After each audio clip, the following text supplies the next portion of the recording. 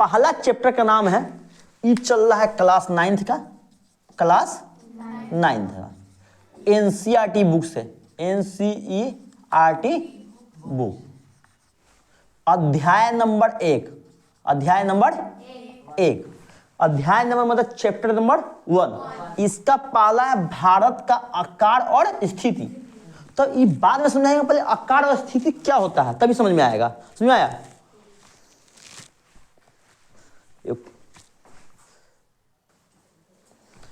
भारत का आकार और स्थिति समझ में आ रहा है?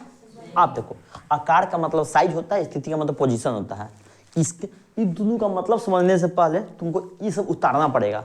तुम्हें क्या चीज पढ़ना है, पहला चैप्टर में क्या चीज पढ़ना है।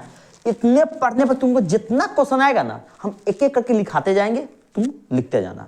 सबसे पहले तुमको लिखना है भारत की स्थिति के बारे में, भारत के स्थिति के बारे में।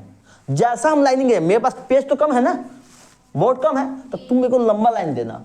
तो इसके जस्ट नीचे में भारत के स्थिति लिखना है। क्या लिखना है? स्थिति। एक नंबर में तुमको क्या पढ़ना पड़ेगा? कौन सा गोलार्ध में, भारत के बारे में पढ़ना है। कौन सा गोलार्ध में? गोलार्ध का इंग्लिश में क्या होता है? Hemy sphere. हेमी स्फीयर बोलते हैं, क्या बोलते हैं? हेमी स्फीयर,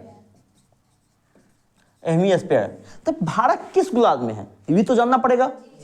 अगला जैसे है इसका अक्षांश। भारत जो है, मान लो भारत का आकार ऐसा है, तो इसका अक्षांश का विस्तार, अक्षांश किसे कहते हैं? पहले अक्षांश से विस्तार से पहले क्या पढ़ना पड़ेगा? अक्षांश किसे कहते हैं? अक्षांश किसे कहते हैं, उसके बाद क्या पढ़ना पड़ेगा? अक्षांश से विस्तार किसका?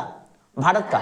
दुनिया पे तो 208 209 देश है, सब देश को जब जानना तो है नहीं। हम किस देश में रहते हैं? भारत में। तो किसके बारे में पढ़ेंगे?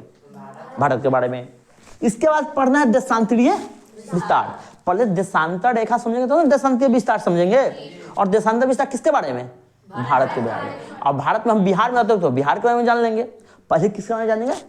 भारत के बारे में। तो बिहार के बारे में एक बार लिखा देंगे सारा चीज, कौन सा फूल है, कौन सा देशांतरीय विस्तार है, कितना है, नहीं है, सारा चीज एक जगह लिखा देंगे। समझ में आया? इसके बाद पढ़ना है कक रेखा। तो कक रेखा भारत के में कितना राज्य है?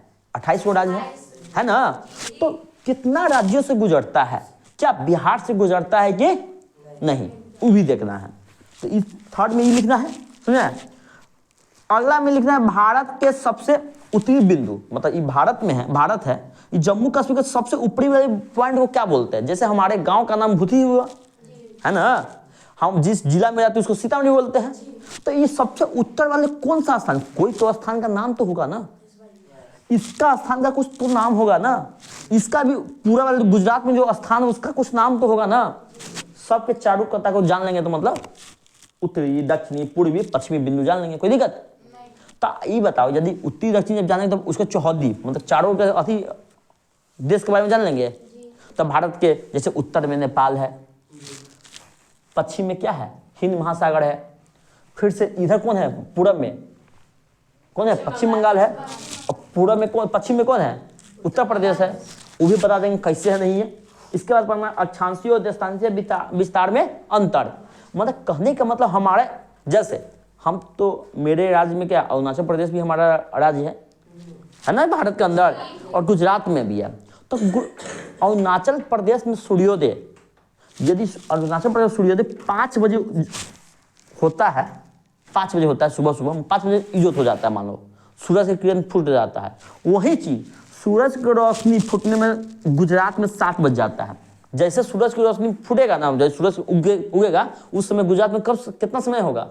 7। तो 7 कैसे बजता है? क्यों बजता है? तो एक ही समय तो होना चाहिए। मान लो हमारे बिहार में, तुम बिहार में सूरज की रोशनी मान लो इजोत हो गया, उजाला हो गया, मान लो 6 बजे। क्या उत्तर प्रदेश में 6 बजे होगा कि 7 बजे होगा, या 8 बजे होगा, या 9 बजे होगा? कितना बजे? या 6 बजे होगा। यदि हम यदि गुजरात में हैं, हम 6 बजे 7 बजे सोए हुए हैं, उस समय उजाला नहीं है। वही हम अरुणाचल प्रदेश में रहते तो यहाँ तो 5 बजे तो सवेरे हो जाता है, तो 2 घंटे पहले जग गया कि नहीं? वहाँ मतलब समय तो समय है। जैसे हमारे यहाँ अभी कितना बजे? 6 बज रहा है, ये तो अभी हो चुका है। वही हम गुजरात में जाएंगे, अभी क्या होगा? अंधेरा। दिल्ली में भी जाएगा, अभी क्या होगा? थोड़ा सा अंधेरा ही होगा। ये क्यों होता है? किस कारण से होता है? जैसे हम अभी बिहार में रहते हैं, हमारे उत्तर में जैसे जम्मू कश्मीर है, उत्तराखंड है ना? तो वहाँ ठंड क्यों पड़ता है? हमारे यहाँ जून में यदि गर्मी का मौसम, जून जानता है ना, बहुत लू चलता रहता है। जून में तुम यदि जाएगा उत्तर में, जम्मू कश्मीर में जाएगा, तुमको ठंड लगेगा खूब। हाँ, जैसे अभी के समय ठंड है ना, तुम वही तमिलनाडु में जाएगा, केरल में जाएगा, तुमको क्या होगा? ठंड, गर्मी लगेगा। क्या लगेगा? तुम गंजी में घूमेगा। अभी के समय वहां कोई दोस्त होगा ना तुम्हारा, कॉल करके पूछना क्या पहने हो, तो ये बोलेगा गंजी पहने हुए, लुंगी पहने हुए है।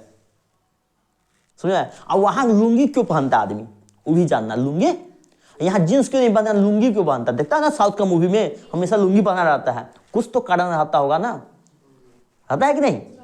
अब वही तुम जम्मू कश्मीर के आदमी को देखोगे तो ओवरकोट पहना रहता है, ऊपर से नीचे तक एगो पहना रहता है, देखा है ना फिल्म सब में।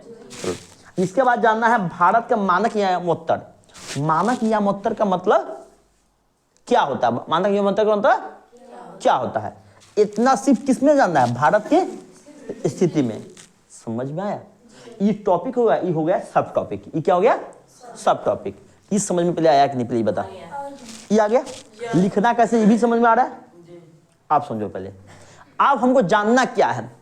आप जानना क्या है? भारत का आकार। क्या जानना है? आकार। भारत के आकार में हमको जानना पड़े, भारत में आकार में कौन कौन सा राज्य है, और राज्य के बारे में। और यूटी का मतलब होता है केंद्र शासित प्रदेश। यूटी का फुल फॉर्म होता है यूनियन टेरिटोरी, होता है कि नहीं? चलो, इसमें जानना पड़ेगा भारत का क्षेत्रफल कितना है। भारत का क्षेत्रफल किसी को याद है? याद है किसी को? क्या है? बोल बोल, सही बोल रहा है। 3214 किलोमीटर।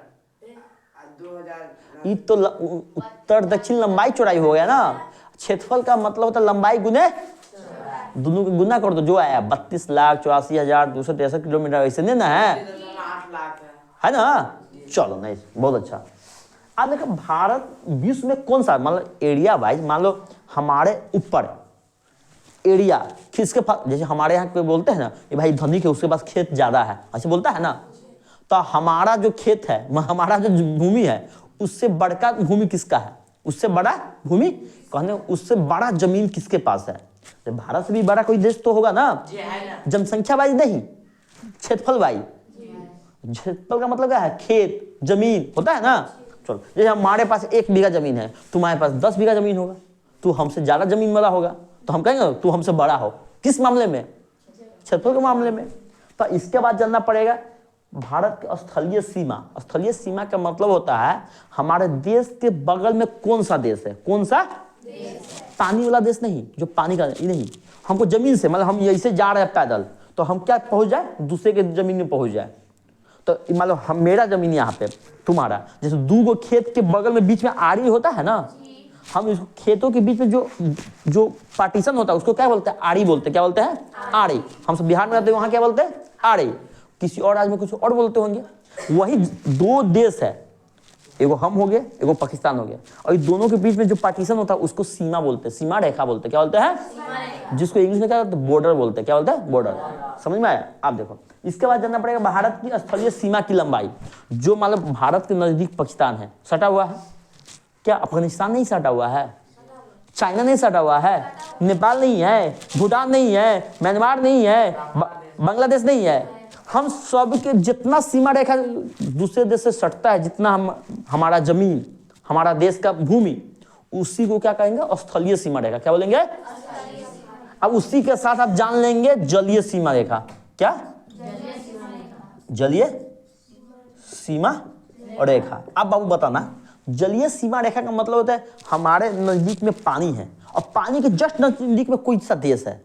कोई सा, जैसे एक नाम सुना होगा, हम सब रामायण जो देखे होंगे, रामायण में रावण का नाम सुना है ना। और रावण कहाँ का राजा था? श्रीलंका का था। अब बाबू बताना, ये इंडिया हो गया। क्या हो गया? ये है पूरा पानी है। क्या है? यहाँ पे एक देश है जिसको कहते हैं श्रीलंका। क्या बोलेंगे? पानी से सटा हुआ है कि नहीं? नजदीक में है कि नहीं? तो उसको जलीय सीमा रेखा बोलेंगे कि नहीं? कोई दिक्कत? तो हमको यहाँ से यहाँ जाने के लिए हम नाव के द्वारा जाएंगे कि नहीं? कोई दिक्कत? यदि दोनों के बीच में पुल बना दे तो पुल के द्वारा जाएंगे। अब पुल नहीं है तो किसके द्वारा जाएंगे? नाव। जहाज के द्वारा जाएंगे कि नहीं? चलो अब ये हो गया।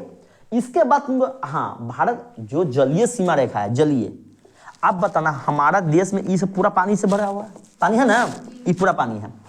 समुंदर है ना, नीचे वाले को बोलते हैं हिंद महासागर, दाएं हाथ वाले को बोलते हैं